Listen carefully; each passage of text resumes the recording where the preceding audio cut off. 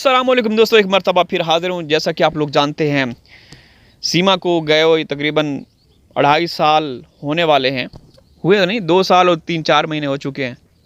अभी तक सीमा मज़े कर रही है, लोगों को अपनी दास्तान, झूठी फ्रॉड दास्तानें सुना के हमदर्दियाँ बटोरने की कोशिश कर रही है। अभी कुछ दिन पहले इसके बाबा चाय बना दूँ, बाबा गुड़ वाली चाय या चीनी वाली, उसको इसने मारा, ख़त्म किया। और उसके बाद फिर सामने आई और रोना धोना इसने शुरू कर दिया।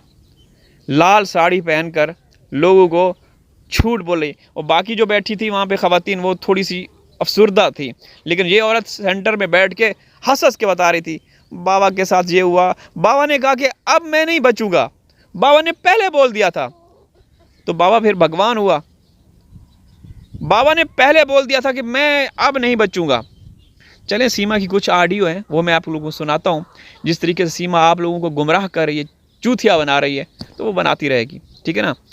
जो सीमा के अंधभक्त हैं उनकी मैं बात कर रहा हूँ। बाकी जो असली और नस्ली भारतीय हैं वो तो हमेशा यही चाहते हैं कि सीमा को यहाँ से किक आउट किया जाए, लाते मार कर भगाया जाए या फिर जेल में। लेकिन ऐसा नहीं। अभी विनय अरोधिया साहब जो हैं, जो सुप्रीम कोर्ट ऑफ हिंदुस्तान के वकील हैं, वो काफ़ी सरगर्म अमल हैं। कहा जा रहा है कि कुछ ना कुछ होने वाला है, होगा या नहीं होगा। बहरहाल सीमा ने जो आज तक बोला है वो हमने देखा है। सीमा जो जो बोलती आ रही है वो सब कुछ हमने देखा है, ठीक है ना। तो दोस्तों चलें, ये सीमा की ऑडियो सुनते हैं। बहुत दुखी दास्तान है, आप लोग यकीनन बहुत रोएंगे। चलें सुन लेते हैं। बात कर रहा हूँ तो उसको कैसे पता नहीं पड़ी, इंडिया में तो पाकिस्तान के नंबर चल, कैसे पता नहीं पड़ी कि कहाँ है, कैसे है।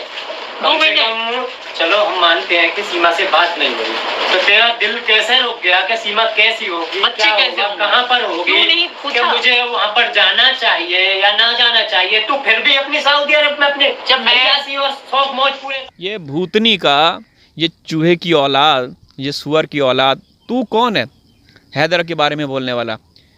कि कोई पूछने वाला नहीं था सीमा के बारे में कुछ। मतलब ये बहुत दुखी थी। तो ये जो सीमा जब पहली बार मीडिया के सामने आई, उसने इस बात का एतराफ़ किया कि 70 से 80 हज़ार रुपये मुझे माहाना भेजते थे। वो क्या था? तो ये चूहे की औलाद है, सुअर की औलाद, जो बैठ के ये कहता है कि किसी ने पूछा तक नहीं कि सीमा किस हाल में है।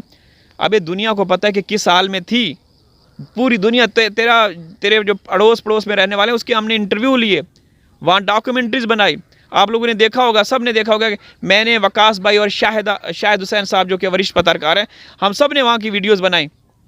मुस्कान सिस्टर, उन्होंने भी वीडियोस बनाई। किस तरीके से लोग कहते थे कि ये औरत कितनी मतलब आज़ाद ख्याल थी, अय्याश थी, घूमती थी, और यहाँ पे आप लोगों को बेवकूफ़ बना रही है। आगे सुनिए।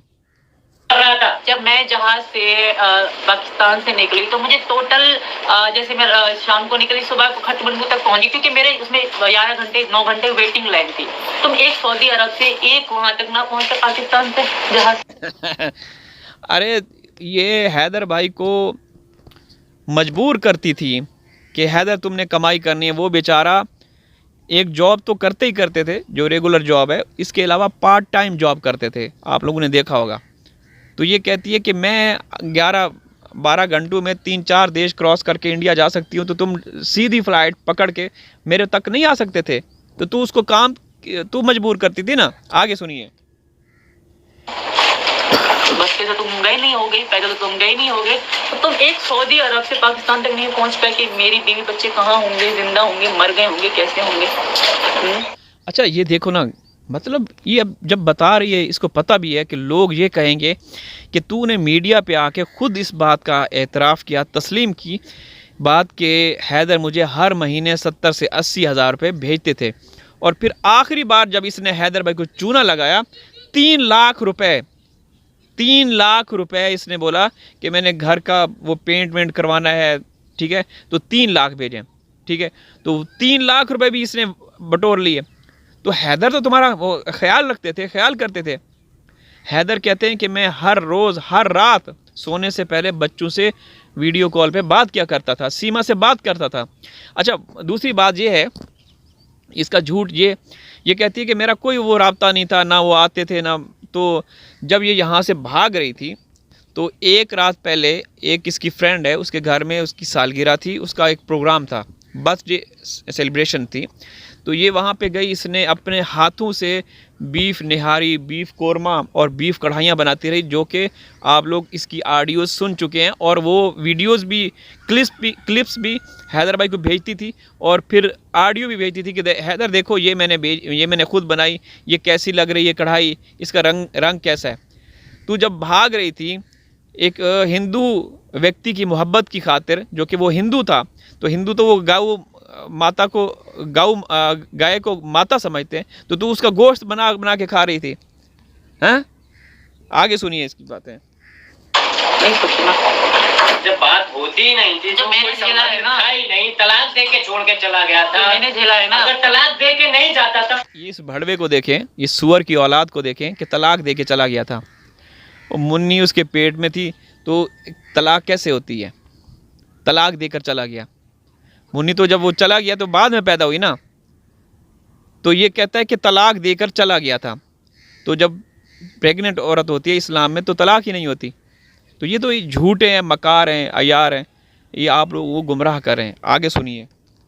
सीमा के लिए वो सऊदी अरब गया था, तो वो 2 महीने में, कम से कम 2 महीने हो गए, 2 महीने में पाकिस्तान आया ही नहीं। ये बद नस्लें हैं, इसकी कोई नस्ल ही नहीं है, ये एक बाप की औलाद ही नहीं है। जो वो होते हैं ना, पता नहीं कोई चम्मार किस्म का एक काला कौवा है, सुअर की औलाद है, ये यहाँ बैठ के बक कर रहा है, बकवास कर रहा है, बकवास करता रहता है। ये पाकिस्तान में था, हैदर के बारे में ये भौंक रहा है, ये साथ था या इसकी बहन यहाँ पे थी, इसने बहन का रिश्ता दिया हुआ था और ये यहाँ आता था। ये भूतनी का जो झूठ बोल रहा है। आगे सुनिए इस हरामखोर को। देखने के लिए कि बीवी बच्चे कहाँ पर हैं, मर के जिंदा है। जब बात ही नहीं होती थी तो तभी तो पता पाकिस्तान सीमा कहाँ है कहाँ नहीं है। पाकिस्तान में ऐसे हादसे आम होते हैं कि जहां औरत अकेली रहे बच्चों के साथ, उनके घर में घुस के उनको मार के उनका सामान लूट के जाए। पाकिस्तान में ऐसे हादसे आम होते हैं जहाँ पे औरतें अकेली रहती हूँ, वहाँ घुस के मारते हैं। तो तू तो बड़ी शहाना तरीके से ज़िंदगी गुजार रही थी। तेरा लाइफस्टाइल जो है पूरी दुनिया को पता है कि किस तरीके से था। तुझे तो तेरे को यहाँ तो कोई नहीं मारता था ना, वहाँ तो रबूबूरा में जिस घर में रहती है वहाँ तो 3 ऐसे कांड हुए हैं। जो एक तो गुजरात से आया, घुसकर इसको मारने की कोशिश की, जान लेने की कोशिश की। फिर रबूबूरा से फिर कोई एक राजस्थान से आया। यहाँ तो नहीं होता, ये तो इंडिया में हो रहे हैं। जहाँ तू रहती है वहाँ हुआ है, यहाँ पाकिस्तान में तो ऐसा नहीं होता। झूठ है यार दोस्तों, ये झूठ की फैक्ट्री। ठीक है, अल्लाह हाफिज़।